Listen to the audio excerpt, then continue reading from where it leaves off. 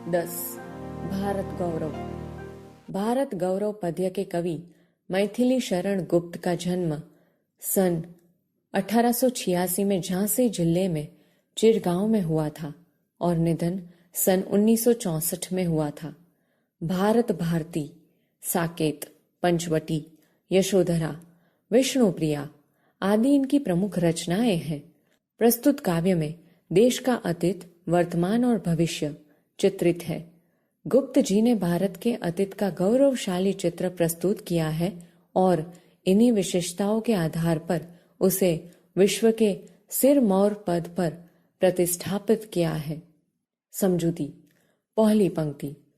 भूलोक का गौरव, प्रकृति का पुण्य लीला स्थल कहाँ, फैला मनोहर गिरी हिमालय और गंगा जल जहां, संपूर्ण देशों से अधिक किस देश का उत्कर्ष है, उसका की जो ऋषि भूमि है वह कौन, भारतवर्ष है।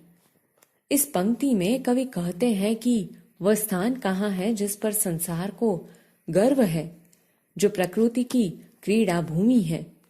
वह स्थान तो वहीं पर है जहाँ हिमालय पर्वत है और गंगा नदी बहती है। दुनिया के सभी देशों में सबसे अधिक श्रेष्ठ देश कौन सा है? वह देश तो और कोई नहीं बल्कि यह तो ऋषि भूमि भारतवर्ष की है। दूसरी पंक्ति। हाँ, वृद्ध भारतवर्ष ही संसार का सिरमौर है। ऐसा पुरातन देश कोई विश्व में क्या और है? भगवान की भवभूतिया का यह प्रथम भंडार है। विधि ने किया नर सृष्टि का पहले यही विस्तार है। इस पंक्ति में कवि कहते हैं कि हाँ, यह बूढ़ा भारतवर्ष संसार का सर्वश्रेष्ठ देश है। प्राचीन देशों में इसके मुकाबले का दूसरा कोई देश नहीं है। भगवान ने संसार में वैभव के जो स्थान सबसे पहले बनाए, उनका प्रथम संग्रह इसी देश में हुआ। ब्रह्मा ने मानव सृष्टि का विस्तार भी यहीं से किया। तीसरी पंक्ति। यह पुण्य भूमि प्रसिद्ध है, इसके निवासी आर्य है। विद्या, कला, कौशल सबके जो प्रथम आचार्य है। संतान उनकी आज यद्यपि हम अधोगति में पड़े, पर चिन्ह उनकी उच्चता के आज भी कुछ है खड़े। यह पंक्ति में कवि कहते हैं कि भारतवर्ष की यह पवित्र धरती सारे विश्व में प्रसिद्ध है। इस देश के निवासी आर्य ही है। उन्होंने ही सारे संसार को सबसे पहले विद्या, कला और कौशल का ज्ञान दिया।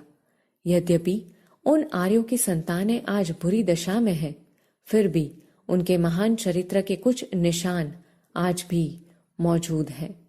चौथी पंक्ति। वे आर्य ही थे जो कभी अपने लिए जीते न थे। वे स्वार्थरत हो मोह की मदिरा कभी पीते न थे। संसार के उपकार हित जब जन्म लेते थे सभी, निश्चेष्ट होकर किस तरह वे बैठ सकते थे कभी। इस पंक्ति में कवि कहते हैं कि वे आर्य ही थे जो अपने जीवन को कभी अपना नहीं समझते थे।